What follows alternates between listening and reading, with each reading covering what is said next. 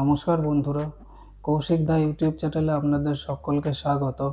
আজ পশ্চিমবঙ্গবাসীর জন্য একটি অত্যন্ত গুরুত্বপূর্ণ দিন এই কারণেই বলছি, কারণ আজ পশ্চিমবঙ্গের নতুন সরকারের প্রথম পূর্ণাঙ্গ বাজেট পেশ হয়েছে বিধানসভায়। তো এই বাজেটে আমরা যেটা দেখতে পাচ্ছি যে এই বাজেটে কি নেই। এই বাজেটে অনেক রকম বিষয়, অনেক রকম ক্ষেত্রে বিভিন্ন রকম প্রকল্প এবং কর্মসূচি আমরা দেখতে পেয়েছি। যেমন এখানে সরকারি চাকরিতে নিয়োগের প্রসঙ্গ এসেছে, সরকারি চাকরিজীবী যারা রয়েছেন তাদের ডিএ ঘোষণা রয়েছে এবং এই ডিএ একটি বিপুল পরিমাণ ডিএ আজ ঘোষিত হয়েছে। তার সঙ্গে সঙ্গে যারা কৃষক রয়েছেন তাদের জন্য কিছু জনমুখী প্রকল্প ঘোষণা করা হয়েছে। তার সঙ্গে সঙ্গে মহিলাদের জন্য এই বাজেটে খুবই গুরুত্বপূর্ণ তথ্য রয়েছে। তো সমস্ত কিছু আজ এই ভিডিওতে আলোচনা করা হবে, তাই সকলে আমাদের সঙ্গে থাকবেন। প্রথমেই বলি, বিদায়ী সরকার এক বিপুল পরিমাণ ঋণের বোঝা বর্তমান সরকারের ঘাড়ে চাপিয়ে দিয়ে গেছে এবং সেই ঋণের বোঝা কাটিয়ে কিভাবে বর্তমান সরকার একটা জনমুখী বাজেট পেশ করতে পারে, কিভাবে সমস্ত কিছু ব্যালেন্স করে সমস্ত দিক, এই যে ঋণের বোঝা, এই সমস্ত কিছু কিভাবে ব্যালেন্স করে একটি বাজেট নিয়ে আসতে পারে, তার দিকে তাকিয়েছিল আজ সমস্ত পশ্চিমবঙ্গবাসী। তো এই বাজেট অবশ্যই একটি খুবই সফল এবং খুবই জনমুখী বাজেট হিসাবে আমরা বলতে পারি। মোট প্রায় 4,38,000 কোটি টাকা বাজেটের মূল্য নির্ধারণ করা হয়েছে। এবার এক এক করে যে সমস্ত ঘোষণাগুলি বাজেটে হয়েছে সেগুলি বলতে হলে প্রথমেই বলি যে সরকারি চাকরিতে 1 লক্ষ নিয়োগের ঘোষণা হয়েছে। এটি একটি বিপুল পরিমাণ নিয়োগের ঘোষণা। এবার তার মধ্যে শিক্ষক, অধ্যাপক, অশিক্ষক কর্মী নিয়োগ রয়েছে, তার সঙ্গে সঙ্গে পুলিশের নিয়োগ রয়েছে এবং বিভিন্ন সরকারি দপ্তরে নিয়োগ রয়েছে। যেমন আমরা বলতে পারি যে অধ্যাপক, শিক্ষক ও অশিক্ষক কর্মী নিয়োগে প্রায় 50,000 নিয়োগ করা হবে, এটি ঘোষণা করা হয়েছে। তার সঙ্গে সঙ্গে পুলিশে 20,000 নিয়োগ করা হবে এবং সরকারি চাকরিতে অগ্নিবীরদের জন্য 10% সংরক্ষণের কথা বলা হয়েছে। এবং সংরক্ষণের কথা যদি বলতে হয় তাহলে মহিলাদের জন্য 33% সিট সংরক্ষণ করা হয়েছে। অর্থাৎ এই যে 1 লক্ষ চাকরি দেওয়ার কথা বলা হয়েছে তার মধ্যে 33,000 সিট মহিলাদের জন্য সংরক্ষণ করা হয়েছে। এবং সরকারি চাকরিতে যে 5 বছরের বয়সের ছাড়টি দেওয়া হয়েছে বয়সের ঊর্ধ্ব সীমায়, সেই ছাড়টির কথাও এই বাজেটে উল্লেখ করা হয়েছে। এবং তার সঙ্গে সঙ্গে আরেকটি কথা এখানে যোগ করা হয়েছে যে এই 5 বছরের ছাড়টি আগামী 2 বছরের জন্যই প্রযোজ্য থাকবে। এরপর যদি অন্য বিষয়ে আসি তাহলে অন্নপূর্ণা যোজনার ব্যাপারটি এই বাজেটে আলোচিত হয়েছে। অন্নপূর্ণা যোজনায় আমাদের মাননীয় মুখ্যমন্ত্রী আগেই ঘোষণা করেছেন যে 3 তারিখে অনেক মহিলাদের অ্যাকাউন্টে 3,000 টাকা করে দিয়ে দেওয়া হয়েছে এবং উনি এরপরেও ঘোষণা করেছেন যে তারপরে আরও যে সমস্ত অন্নপূর্ণা যোজনায় ফর্ম ফিল আপ হয়েছে তাদেরকে 1 জুলাই তাদের প্রত্যেকের অ্যাকাউন্টে ঢুকে যাবে এবং এই অন্নপূর্ণা যোজনার খাতে প্রায় 36,000 কোটি টাকা বরাদ্দ করা হয়েছে। তার সঙ্গে সঙ্গে আমরা জানতে পারছি যে ছাত্রীদের শিক্ষার আঙিনায় রাখার জন্য, যাতে ছাত্রীরা পড়াশোনা থেকে ড্রপ আউট না হয়ে যায়, তার জন্য তাদের উচ্চশিক্ষায় সুবিধার জন্য অবিবাহিত ছাত্রীদের এককালীন 50,000 টাকা দেওয়া হবে। এবং এর সঙ্গে সঙ্গে আরও যে সমস্ত ঘোষণাগুলি করা হয়েছে সেগুলি হলো আমাদের আশাকর্মী, অঙ্গনওয়াড়ি অর্থাৎ ICDS যারা কর্মী রয়েছেন তাদেরও বেতনে 5,000 টাকা বৃদ্ধি করা হয়েছে এবং তার সঙ্গে সঙ্গে আমাদের যে civic volunteer, green police, village police যারা রয়েছেন তাদেরও বেতন 2,000 টাকা বৃদ্ধি করা হয়েছে।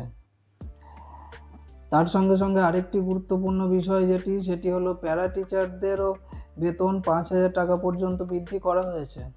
এর সঙ্গে সঙ্গে আরও একটি যে ঘোষণা করা হয়েছে, যে সমস্ত যুবক যুবতীরা চাকরির জন্য প্রস্তুতি নিচ্ছে তাদেরকেও তাদের প্রস্তুতির সুবিধার জন্য এককালীন 30,000 টাকা দেওয়া হবে। এবং তার সঙ্গে সঙ্গে আরও যে সমস্ত ঘোষণাগুলি রয়েছে তার মধ্যে সবচেয়ে উল্লেখযোগ্য ঘোষণা সেটি হলো যে সরকারি কর্মচারী যারা রয়েছেন তাদের এক ধাপে 20% ডিএ বৃদ্ধি করা হয়েছে। হ্যাঁ, ঠিকই শুনেছেন, এক ধাপে 20% ডিএ বৃদ্ধি করা হয়েছে। এতদিন পর্যন্ত সরকারি কর্মচারীরা 18% ডিএ পাচ্ছিলেন, এখন সেই 18% ডিএকে 20% বাড়িয়ে 38%-এ নিয়ে যাওয়া হয়েছে।